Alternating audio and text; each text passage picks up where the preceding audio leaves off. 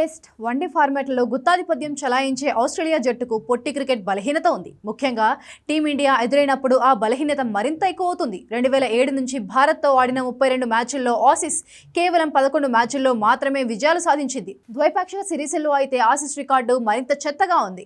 ఇరు జట్ల మధ్య ఇప్పటివరకు 11 సిరీస్లు జరగగా ఆసీస్ రెండింట మాత్రమే గెలుపొందింది.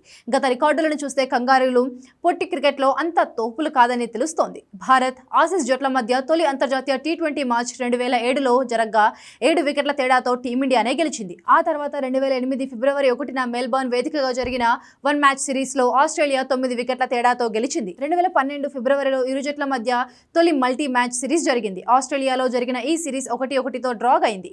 తొలి మ్యాచ్లో ఆస్ట్రేలియా గెలుపొందగా రెండో మ్యాచ్లో టీమిండియా విజయం సాధించింది. 2013 అక్టోబర్లో జరిగిన మరో వన్ మ్యాచ్ సిరీస్ను భారత్ కైవసం చేసుకుంది.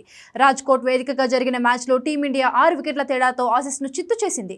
మళ్లీ 3 ఏళ్ల తర్వాత భారత్ ఆసీస్ మధ్య ద్వైపాక్షిక సిరీస్ జరగనుంది.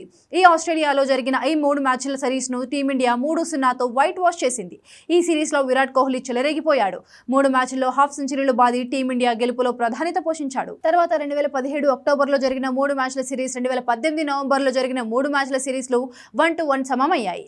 ఇదిలా ఉంటే 2019లో ఆస్ట్రేలియా 2 మ్యాచ్ల సిరీస్ కోసం భారత్లో పర్యటించింది. ఈ సిరీస్ను భారత్ 0-2 తేడాతో కోల్పోయింది. ఆ తర్వాత భారత్ వరుసగా 2020, 22, 23 సిరీస్ల్లో ఆస్ట్రేలియాను చిత్తుగా ఓడించింది. 2023లో జరిగిన సిరీస్లో ఇషాన్ కిషన్, యశస్వి జైస్వాల్, రుతురాజ్ గైక్వాడ్, రవి బిష్ణోయ్, అక్షర్ పటేల్, రింకు సింగ్ లాంటి యువ ఆటగాళ్లు ఆకాశమే హద్దుగా చెలరేగిపోయారు.